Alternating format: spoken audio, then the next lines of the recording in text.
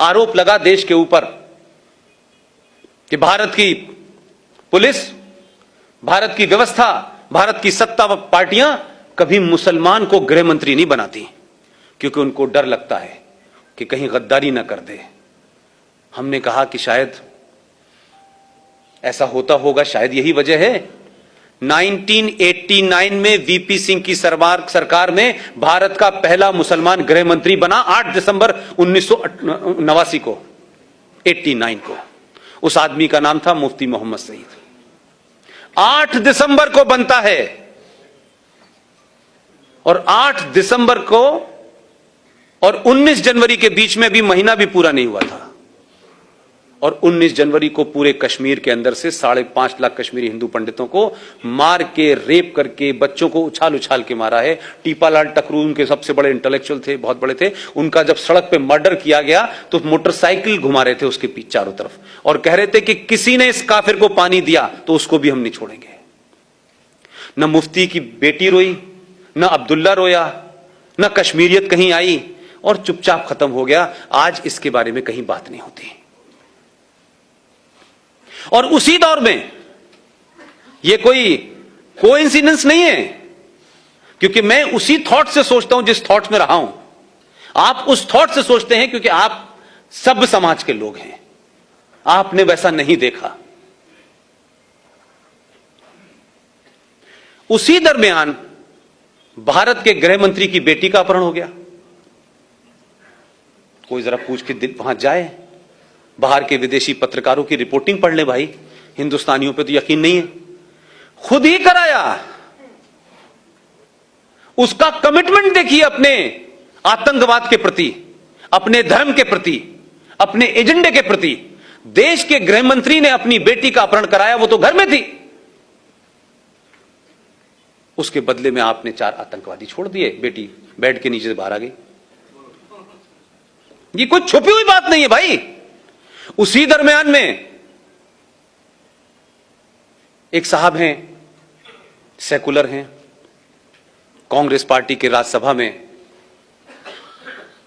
Leader of opposition है, उनका नाम है गुलाम नबी आजाद। अब ये मुझे पता नहीं है कि वो इस्लाम से आजाद हैं कि नबी के गुलाम हैं, या नबी के गुलाम हैं कांग्रेस से आजाद हैं, ये मुझे पता नहीं। उनके घर में भी उनका एक भतीजा गायब हो गया, और इतनी तेजी से हो रहा था, लग रहा था कि खट खट काम करना है। और क्या डिवाइस निकाली उन्होंने कि उनका भतीजा गायब हुआ, 27 आतंकवादी छोड़ दिए, शाम को भतीजा घर आ गया। एक और साहब हैं जिन्होंने वोट वाजपेयी के दरमियान दिया था, नाम जानते हैं? सैफुद्दीन सोज साहब। उनकी भतीजी गायब हो गई। ये ऐसे लग रहा था कि सबका एजेंडा कितना खूबसूरत है। वो बात अलग थी कि वो वहां जब थे उनकी हैसियत दूसरी थी, वो दूसरी पार्टी में थे। उसके बदले में भी 7 लोगों को छोड़ दिया आपने। तो पहला इस देश के अंदर अगर हम ये कहें कि इंटरनेशनल टेररिज्म जो है वो भारत में कैसे पनपा, उसके लिए जिम्मेदार भारत का ये पहला मुसलमान गृह मंत्री है। एक घटना हो जाती है, मोदी के दौर में हुई, पूरी दुनिया में छा गई साहब, पूरी दुनिया के अंदर हंगामा हो गया। कोई वीजा रुकवाने चला गया, कोई धरना करने चला गया, कोई प्रदर्शन करने चला गया, लेकिन 5 लाख हिंदू अपने ही देश में शरणार्थी हैं। दिल्ली की सड़कों पे, दिल्ली हाट के सामने कोई पान की दुकान कर रहा है, कोई चूरन की दुकान कर रहा है, कहां कहां रह रहे हैं, कोई बंगलोर भाग गया, कोई कहीं भाग गया। लेकिन इस देश में कोई बड़ा जुलूस, कोई बड़ा प्रदर्शन, कभी संसद इसके लिए नहीं रही। इसलिए मैं जुडिशरी की भी तरफ आता हूं। अभी कुछ घटनाएं इस देश में हो गई कि किसी ने अखलाक को मार दिया, किसी ने, गोरक्षक ने किसी को मार दिया। ये मैं इसलिए कह रहा हूं कि ये घटनाएं हैं, इसको आप अपने गूगल पे जाके सर्च करें। चंद घटनाएं हुई और चंद गुंडेलों की, और भारत के प्रधानमंत्री ने खड़े होकर कहा कि जो लोग इस तरीके की हरकतें कर रहे हैं वो गुंडे हैं, उनको पकड़ा जाना चाहिए, उन पे केस चलना चाहिए। लेकिन चंद घटनाओं से ये लिंचिस्तान बन गया, चंद घटनाओं से, जिसका किसी समाज से, किसी धर्म से लेना देना नहीं था। यहां भी समझ में आता है, सुप्रीम कोर्ट की बैनर हेडलाइन खबर थी, बैनर हेडलाइन खबर थी, we will not accept this lynching government should take immediate and drastic action.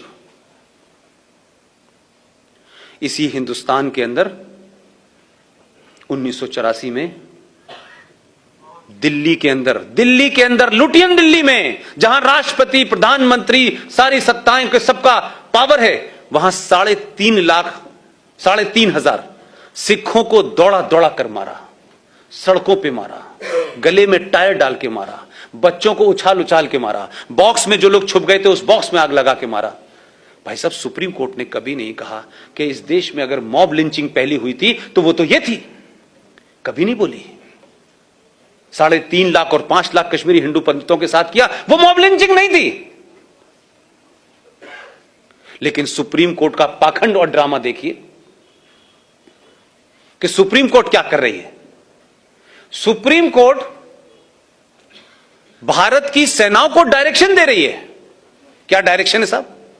कि देखिए, आप जब आतंकवादी से लड़ें तो ये जो पीछे जो आपके देशभक्त लोग हैं जो आप पे पत्थर मारते हैं, क्योंकि भटके हुए लोगों ने पता नहीं पत्थर कहां मारना था, तो गलती से आप पे मार रहे हैं, लिहाजा आप इन पे गोली ना चलाएं, आप इनके ऊपर प्लास्टिक की गोली चलाएं। सेना का एक आदमी विदेशी आतंकवादियों से लड़ रहा है, उसका मुंह इधर है, फिर वो अपनी बंदूक से प्लास्टिक की गोली डाले, फिर इधर चलाए। जब उनसे कहा कि ऐसा मुमकिन नहीं है, बोले नहीं, उनके ऊपर पानी डालें, गर्म पानी डालें। तो वो पहाड़ों में पहले टैंक लेके जाए अपने कंधे पे कि पहले नहीं, मतलब मानसिक दिवालियापन है इस देश के अंदर यार। वही कहता है कि गर्म पानी डालो, ठंडा पानी डालो, प्लास्टिक डालो, और इतनी चिंता होती है कि बाकायदा प्लास्टिक की गोलियों की नपाई इंची टेप से करने लगता है सुप्रीम कोर्ट। सुप्रीम कोर्ट को इस बात की चिंता है कि मुंबई की दही हांडी की लंबाई कितनी है भाई, ये ज्यादा हो गई आधी इंच तो भाई साहब पे केस चलेगा। महाकाल पे पानी कैसे चढ़ेगा, आधे किलो चढ़े, 250 ग्राम चढ़े।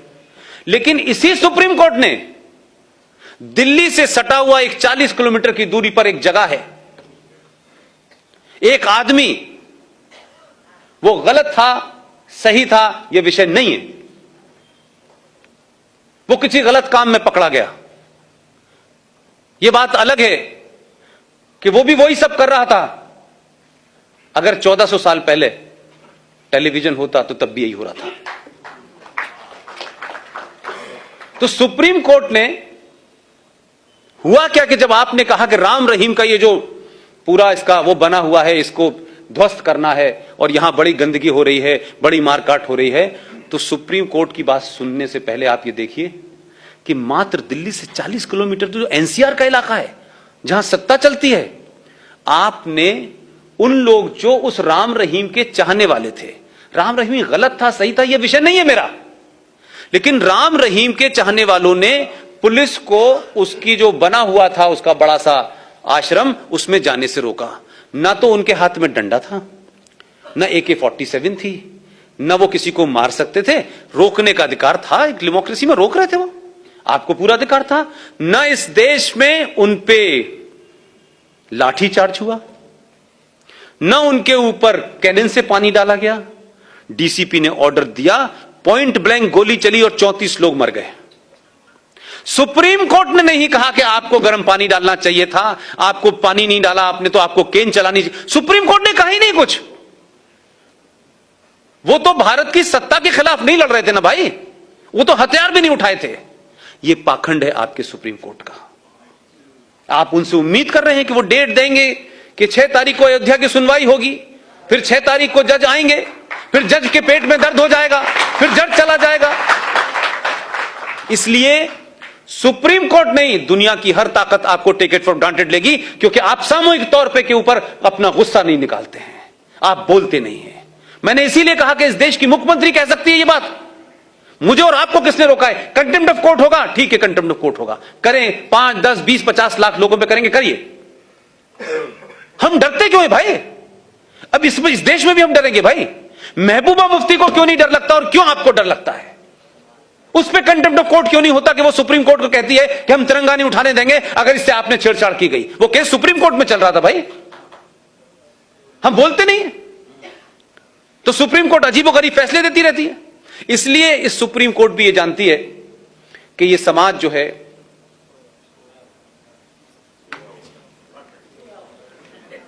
ये बात अलग है कि आप जाग गए, बाकी तो सो ही रहे ना।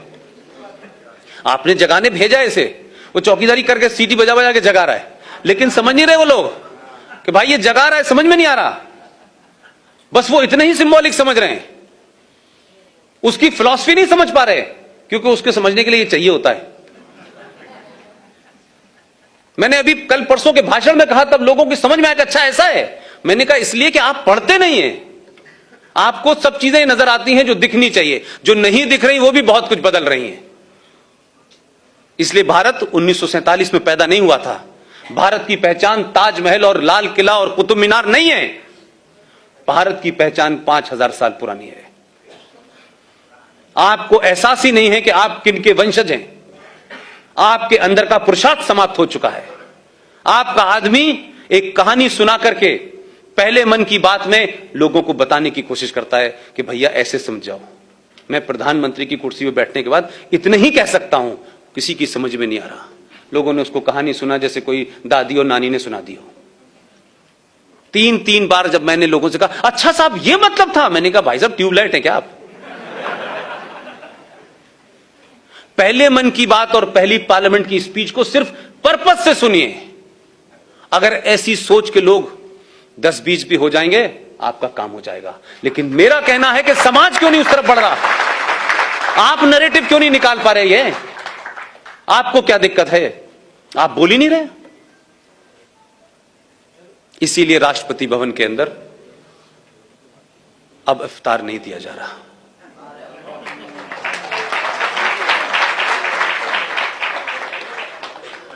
इसीलिए राष्ट्रपति भवन में आने वाले विदेशी मेहमानों को भोज के बाद ताजमहल की जो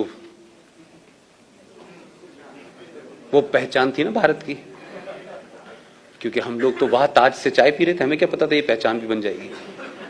वो दी जा रही थी कि ये भारत की पहचान है हर विदेशी आदमी को। एक कब्र